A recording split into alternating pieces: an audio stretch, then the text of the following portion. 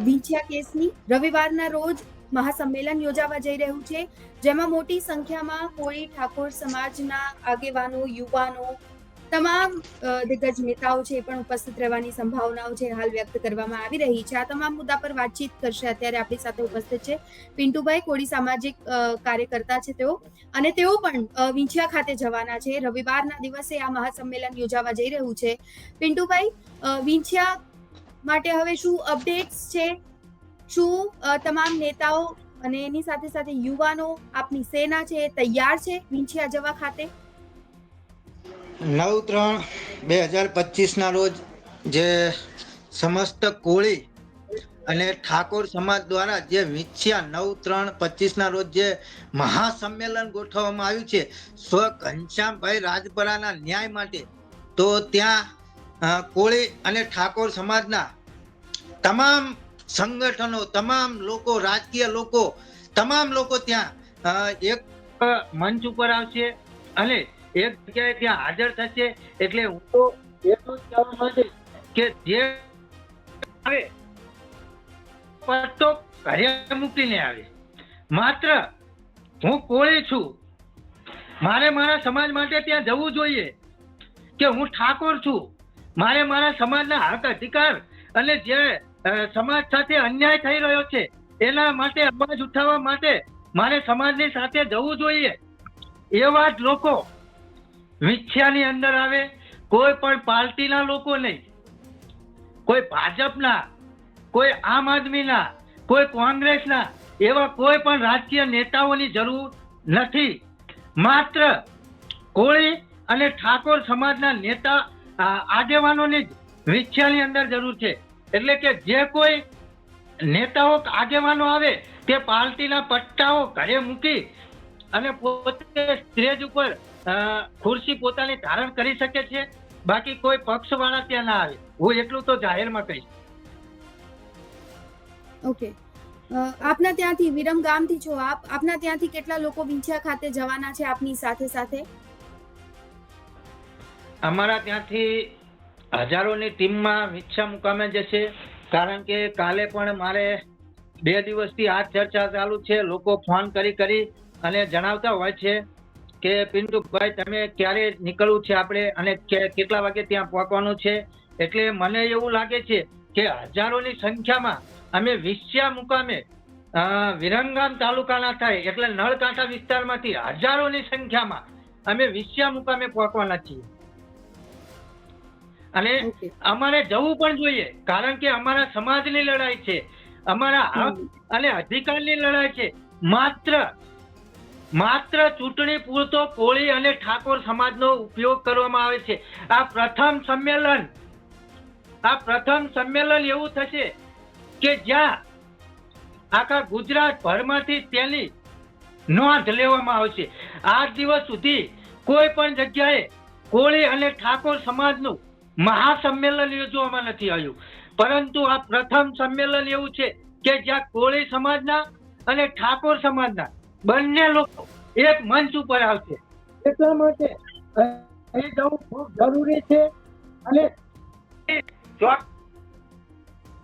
અને હું તમામ લોકોને પણ જણાવવા માંગીશ કે સૌથી મોટી સંખ્યામાં વિંછિયા મુકામે તમામ લોકોને હાજર રહેવું એ આપણો પ્રથમ અધિકાર છે. કે આપણે કોળી છીએ, આપણે ઠાકોર છીએ, તો આપણા હક અને અધિકાર છીનવાતા હોય અને આપણે ઘરે બેસી રહીએ, એ આપણે કેવી રીતે સહન કરવું? તો કોઈ પણ રીતે ત્યાં વધારે લોકો ભેગા થાય એ માટે આપણે સૌ કોઈએ જવું જોઈએ. પિન્ટુભાઈ, આપના પાસેથી એ પણ સમજવું છે, છેલ્લા કેટલાય દિવસથી જે ઓડિયો રેકોર્ડિંગ સામે આવી રહી છે, નિવેદન સામે આવી રહ્યું છે કે આ મહાસંમેલન છે ન થવું જોઈએ, આટલી મોટી સંખ્યામાં લોકો એકઠા ન થવા જોઈએ. કદાચ પોલીસ પર પણ દબાણ હશે કે આ સંમેલનમાં લોકો ન પહોંચે, એવું પણ દબાણ હોઈ શકે છે. લાગે છે કે આ મહાસંમેલન આટલા બધા કાવા દાવા વચ્ચે, રાજનીતિ વચ્ચે સક્સેસ જશે? મેડમ, એની અંદર તો એવું છે કે આ ભાજપ પક્ષ રહ્યો ને, એમની ખુરશી નીચે અત્યારે હાલ રેલો આવી ગયો. એમનો ડર, ગુજરાતની અંદર સૌથી વધારે વસ્તી ધરાવતો સમાજ હોય તો એ કોળી અને ઠાકોર સમાજ છે. જો કોળી અને ઠાકોર સમાજ ધારે તો મુખ્યમંત્રીને ખુરશી પર બેસી શકે છે, પરંતુ આ કોળી અને ઠાકોર સમાજ જો ધારે તો આખો ભાજપ સરકારને નીચે પસાડી શકે છે. તો આ લોકોને અત્યારે એ જ બી ઉપર આવી જશે તો અમારી સરકારનું શું થશે. એટલા માટે જેટલા પણ રાજકીય સ્ટંડો છે, પોલીસ પ્રોટેક્શન, જે તે પોલીસ ટીમો જે તે હોય, જે તે વિસ્તારની હોય, તે તમામ લોકોનો અત્યારે એક જ ઓલો છે કે કોઈ પણ સંજોગોની અંદર જે વિછ્યા મુકામે મહાસંમેલન યોજાઈ રહ્યું છે તે મહાસંમેલન ના યોજાવું જોઈએ. તો આ મહાસંમેલન યોજાયું, એકતા થઈ જશે અને આગળના સમયની અંદર, આગળની રાજનીતિની અંદર કોઈ મોટો ભૂકંપ આવશે, જેના કારણે આ સંમેલન ના થવું જોઈએ. અને જો કોળી અને ઠાકોર સમાજ જો એક થશે તો અમને ક્યારે આ ભાજપ સરકારને રાખમાં રોળી નાખશે એનો પણ કોઈ નિશ્ચિત સમય નથી. એટલા માટે આ એક સ્ટંટબાજી કરવામાં આવે છે કે સંમેલન ના થવું જોઈએ. બાકી આ કોઈ રાજકીય સંમેલન નથી. આ માત્ર કોળી અને ઠાકોર સમાજના હક અને અધિકાર માટે યોજાનાર સંમેલન છે. આ કોળી અને ઠાકોર સમાજના અનામત માટેનું આંદોલન છે. આ કોળી અને ઠાકોર સમાજ માટે જે અન્યાય થઈ રહ્યો છે, જે શિક્ષણમાં અન્યાય થઈ રહ્યો છે, જે જ્યાં ત્યાં બેને દીકરીઓ સાથે અન્યાય થઈ રહ્યો છે, જે શિક્ષણમાં અન્યાય થઈ રહ્યો છે, જે નોકરીઓમાં અન્યાય થઈ રહ્યો છે, એના ન્યાય માટેનું આ આંદોલન છે. આ કોઈ રાજકીય આંદોલન નથી. આ કોળી અને ઠાકોર સમાજ માટેનું આંદોલન છે.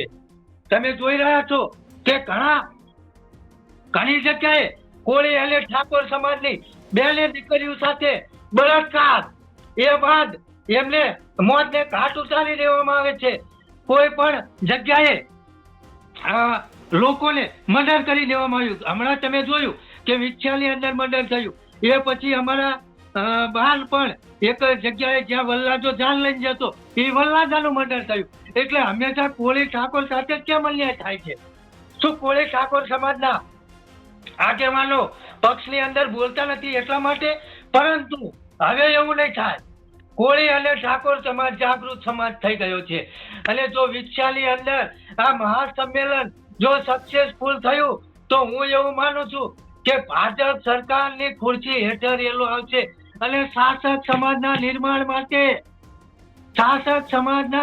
માટે સમાજને જાગૃત થવું પડશે.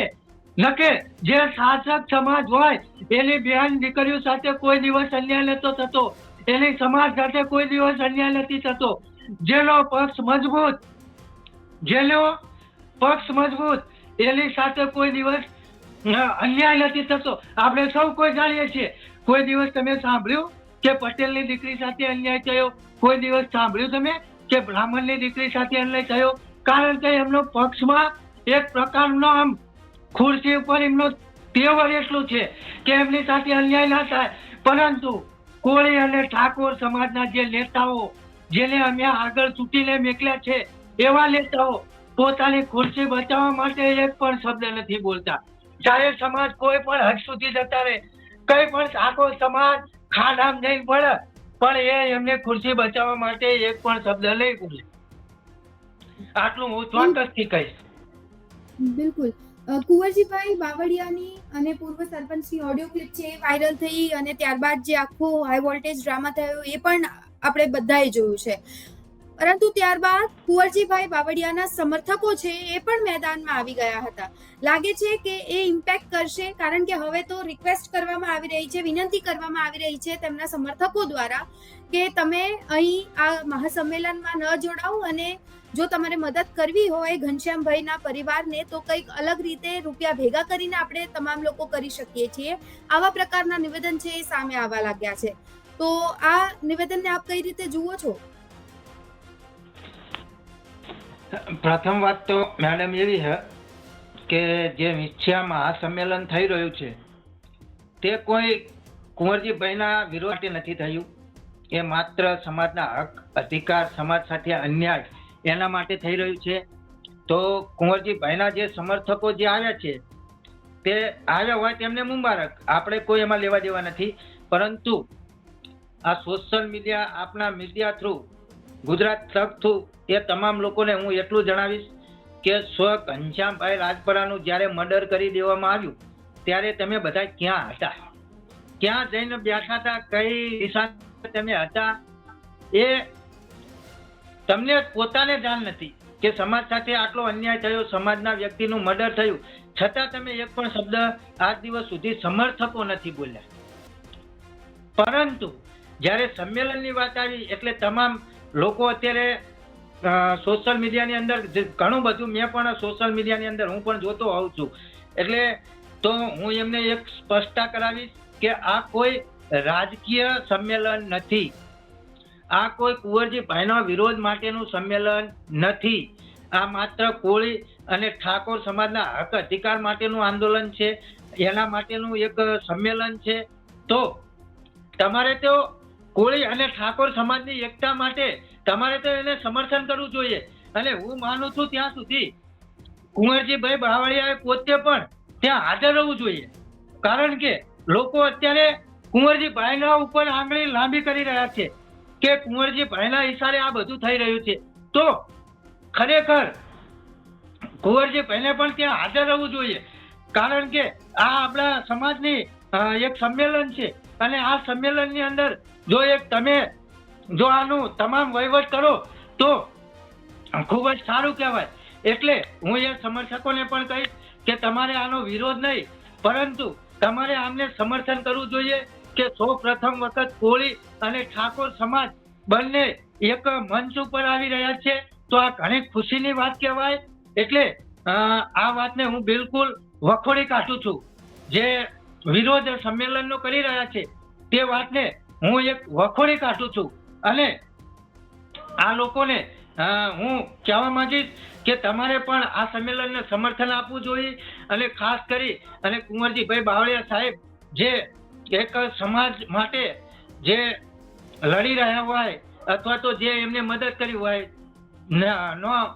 કારણ કે સોશિયલ મીડિયાની અંદર ઘણું બધું હું જોતો હોઉં છું, એટલે જે એમને કર્યું હોય, પરંતુ આ સંમેલનની અંદર એમને પોતે પણ હાજર રહેવું જોઈએ, એટલું હું ચોક્કસપણેથી કહીશ.